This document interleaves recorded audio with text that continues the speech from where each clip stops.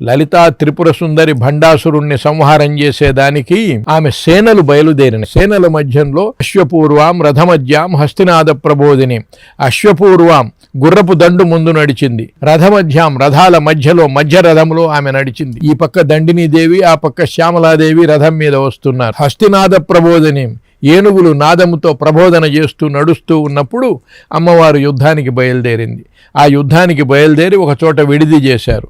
విడిది చేసినప్పుడు విశుక్రుడనే ఒక రాక్షసుడు ఏం చేశాడంటే ఒక పెద్ద జయ విఘ్నము అన్న ఒక యంత్రాన్ని తయారు చేశాడు. ఆ యంత్రము 8 కోణాలు ఉండే యంత్రం, ఒక పెద్ద యంత్రాన్ని తయారు చేసి వాడు ఎక్కడి నుంచో దూరాన్ని నుంచి తెచ్చి ఈ అమ్మవారి సేనలు విడిది చేసిన చోట పడేశాడు. ఈ అమ్మవారి సేనలు ఎక్కడ ఉన్నాయో ఆ యంత్రం ఆ సేనల మధ్యలో వచ్చి పడ్డది. ఆ 8 విఘ్నములు జయ విఘ్నములు, ఇవి జయాన్ని విఘ్నము చేసేవి.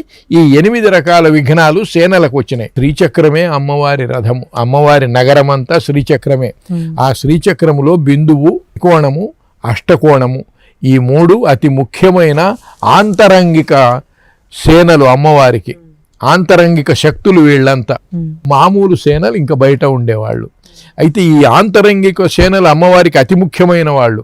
అక్కడ పడలే ఆ యంత్రము. ఆ యంత్రం వచ్చి ఈ సేనలలో బయటపడ్డది. కానీ వాళ్లకు అమ్మవారి దగ్గర ఉండే వాళ్ళకు కూడా అర్థం కాలే ఆ యంత్రం ఎక్కడ పడ్డది. అందరిలో అప్పుడు ఈ సేనలకు ఏమొచ్చిందంటే ఈ 8 లక్షణాలు వచ్చినాయి. మనమేం చేస్తాం, మనం యుద్ధం చేయటము, అమ్మవారికి పేరు రావటము, మనకెందుకు ఈ యుద్ధము, మనం అసలు చేయగలమా, వాళ్ళు రాక్షసులు, హాయిగా పడుకొని నిద్రపోక మనకెందుకు ఇది అని చెప్పే నిరహంకారము, దీనత్వము, క్లీబత్వము, కృపణ అంటే కార్పణ్యము, ఆలసత్వము, ఈ లక్షణాలన్నీ వాళ్ళకు వచ్చినాయి.